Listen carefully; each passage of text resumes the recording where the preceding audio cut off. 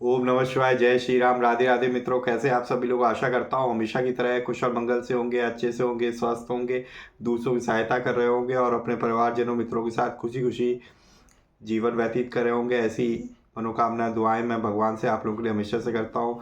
बैंकेत आप सभी लोगों का आपके अपने चैनल में हार्दिक स्वागत करता हूँ, अभिनंदन करता हूँ।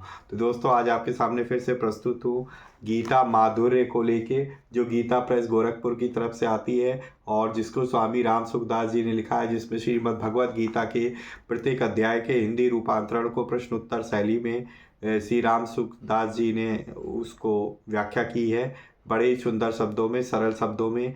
तो अगर आप लोग भी बिगनर हैं और गीता को स्टार्ट करना चाहते हो, उसको समझना स्टार्ट करना चाहते हैं, तो इससे अच्छी कोई भी प्रारंभिक बिगनर्स के लिए बुक नहीं हो सकती। तो आप लोग इससे जो है श्रीमद् भगवद गीता की जर्नी को स्टार्ट कर सकते हैं। ठीक है दोस्तों, तो इसी क्रम में मैंने पूरी प्लेलिस्ट बनाई हुई है। तो अभी तक मैं जो है अध्याय 13 चैप्टर 13 तक कंप्लीट कर चुका हूँ। आज मैं आप लोगों को चैप्टर 14 सुनाऊंगा। तो अगर आपने अभी तक 13 तक नहीं सुना है तो मैं आपसे बोलूँगा कि प्लीज़ आप जो है पहले सारे चैप्टर 13 कंप्लीट करके आइए, फिर 14 अभी आज के इस चैप्टर को सुनिए, तभी आपको जो है मज़ा आएगा सुनने में। अदरवाइज़ आपको अच्छे से समझ में नहीं आएगा। ऑल्दो हमारे पास एक, मैं आपको रिकमेंडेड करूँगा कि मल्टीपल टाइम आप सुने। जब भी आप रास्ते में जा रहे हैं तब भी आप सुन सकते हैं, ज़रूरी नहीं है कि आप देखें।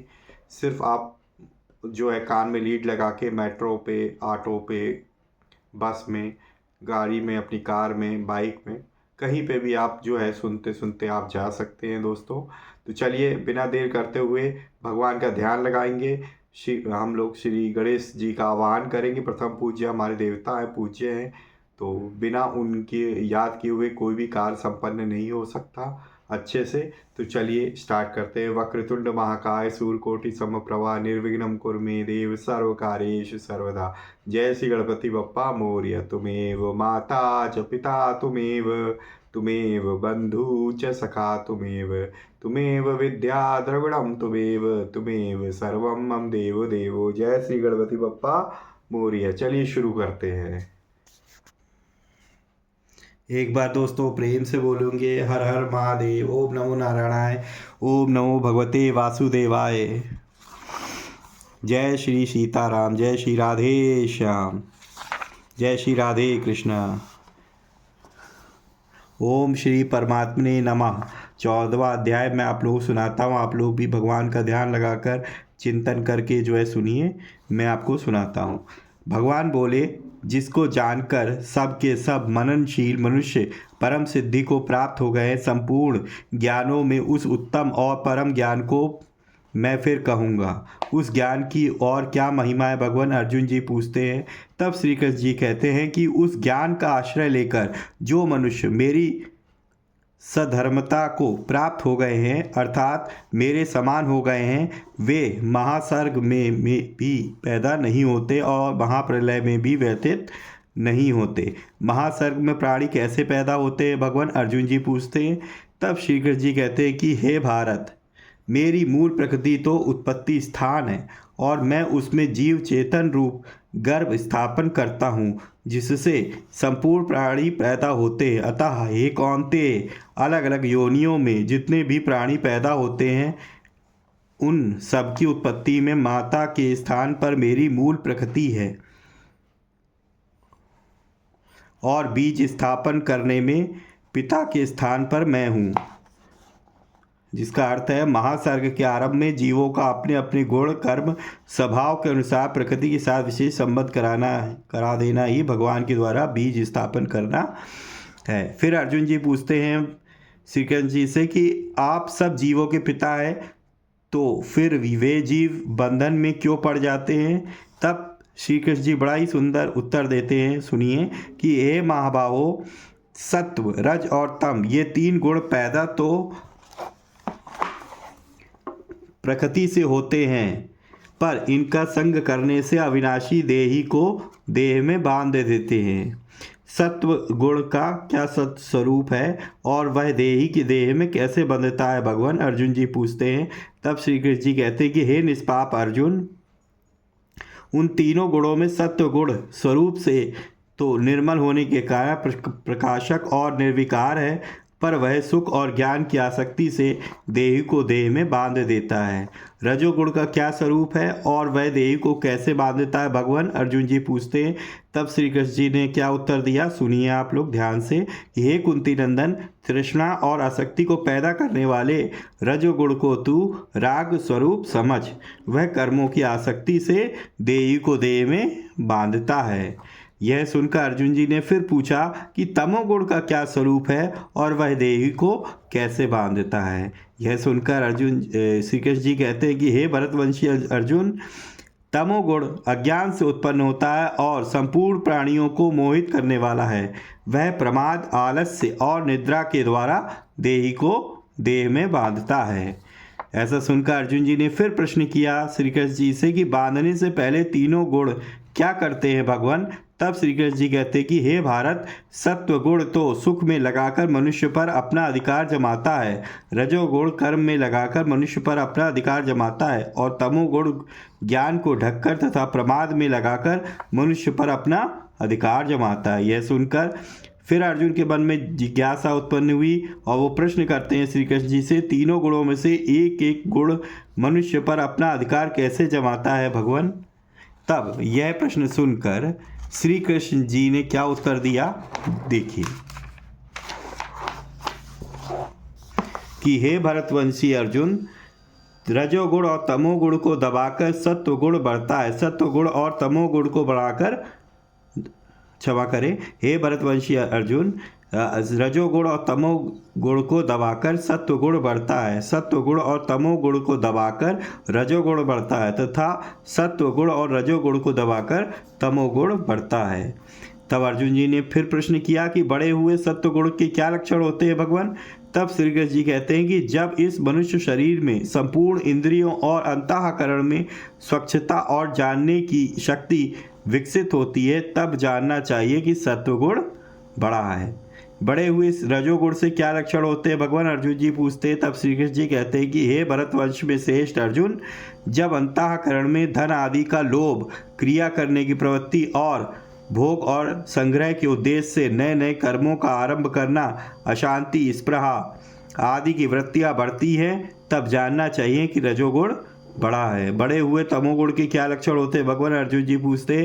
तब श्री कृष्ण जी कहते कि हे कुरुनंदन, जब इंद्रियों और अंतःकरण में स्वच्छता, समझने की शक्ति नहीं रहती, किसी कार्य को करने का मन नहीं करता, मनुष्य करने लायक काम को नहीं करता तथा ना करने लायक काम में लग जाता है, अंतःकरण में मोह छाया रहता है, तब ऐसी वृत्तियों को बढ़ने पर समझना चाहिए कि तमोगुण बढ़ा है। यह सुनकर अर्जुन जी फिर पूछते हैं कि गुणों के तत्कालिक बढ़ने पर यदि कोई मनुष्य मर जाए तो उसकी क्या गति होती है भगवान। तब श्री कृष्ण जी कहते हैं कि सत्व गुण के बढ़ने पर मरने वाला मनुष्य पुण्य आत्माओं द्वारा प्राप्त करने योग्य निर्मल उत्तम लोकों में जाता है। रजोगुण के बढ़ने पर मरने वाला मनुष्य योनि में जन्म लेता है और तमोगुण के बढ़ने पर मरने वाला मनुष्य पशु, पक्षी आदि मूढ़ योनियों में जन्म लेता है। इन गुणों से ऐसी गतियाँ क्यों होती है भगवान, अर्जुन जी पूछते हैं। तब श्री कृष्ण जी कहते हैं कि इसका कारण है कि गुणों की वृत्तियाँ जैसी होती है वैसे ही कर्म होते हैं, इसलिए सात्विक कर्म का फल निर्मल होता है, राजस कर्म का फल दुख होता है और तामस कर्म का फल अज्ञान मूढ़ता होता है। तात्पर्य है कि जैसे सात्विक आदि गुणों की वृत्तियों का फल होता है, ऐसे ही सात्विक आदि कर्मों का भी फल होता है। वृत्तियों और कर्मों के मूल में क्या अंतर है भगवान। तब श्री कृष्ण जी कहते हैं कि तीनों गुण है, सत्वगुण से ज्ञान पैदा होता है, रजोगुण से लोभ पैदा होता है और तमोगुण से प्रमाद, मोह और अज्ञान पैदा होता है। इन तीनों गुणों में स्थित रहने वालों की क्या गति होती है भगवान, अर्जुन जी ने पूछा। तब श्री कृष्ण जी ने कहा कि सत्व गुण में स्थिर रहने वाला स्वर्ग आदि ऊंचे लोकों में जाते हैं, रजोगुण में स्थित रहने वाला मनुष्य लोक में जन्म लेता है और जन्म होता है, और निंदनीय तमोगुण में स्थित रहने वाला नरकों आदि में जाते हैं। तो फिर आपको कौन प्राप्त होता है भगवान, अर्जुन जी पूछते हैं। श्री कृष्ण जी ने कहा कि जो मात्र कर्मों के होने में गुणों के सिवाय अन्य को करता नहीं देखता और अपने को गुणों से अतीत अनुभव करता है, वह मेरे स्वरूप को प्राप्त हो जाता है तथा वह विवेकी मनुष्य देह को उत्पन्न करने वाले इन तीनों गुणों का अतिक्रमण करके जन्म, मृत्यु और वृद्धावस्था रूप दुखों से मुक्त होकर अमरता का अनुभव प्राप्त करता है।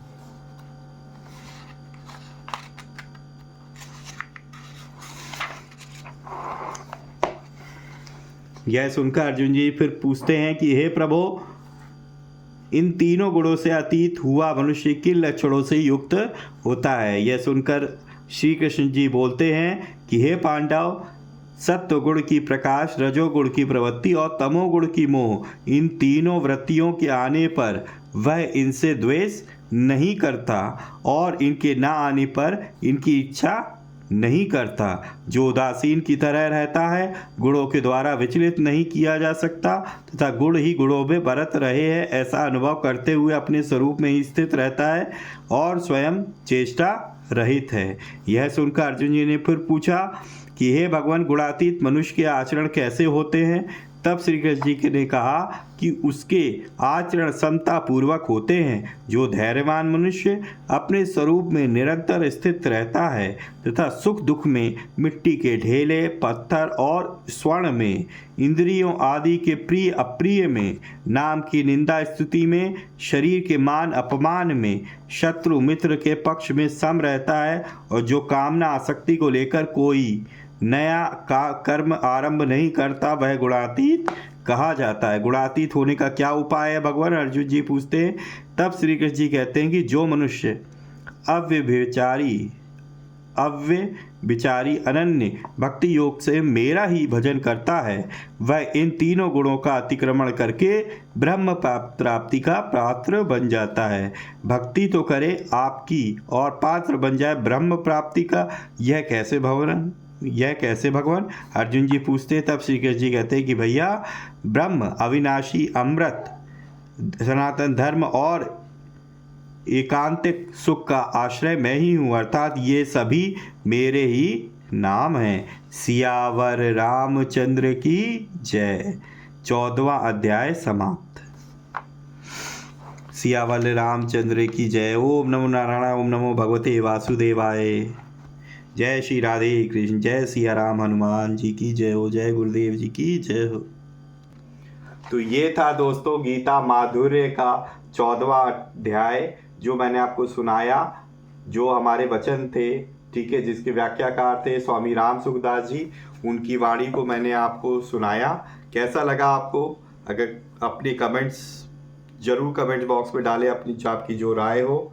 और अगर आपको वीडियो अच्छी लगी हो तो प्लीज़ वीडियो को लाइक करना ना भूलें और ज़्यादा से ज़्यादा अपने परिजनों मित्रों के साथ ज़रूर शेयर करें ताकि वो भी इस पर्टिकुलर वीडियो से कुछ इन्फॉर्मेशन प्राप्त कर सके। ठीक है दोस्तों, अगर आप पहली बार मेरे चैनल पे आए हैं और इस तरीके की वीडियोस देखना आपको पसंद है, पौराणिक ग्रंथों की रहस्यमय कहानियाँ आपको सुनना पसंद है, साथ ही साथ पौराणिक ग्रंथों का रिव्यू देखना पसंद है, बुक्स के बारे में जानने की इच्छुक है, तो मैं इसी तरीके के कंटेंट आपके अपने चैनल पे लाता रहता हूं जिसका नाम है वैदिक तथ्य।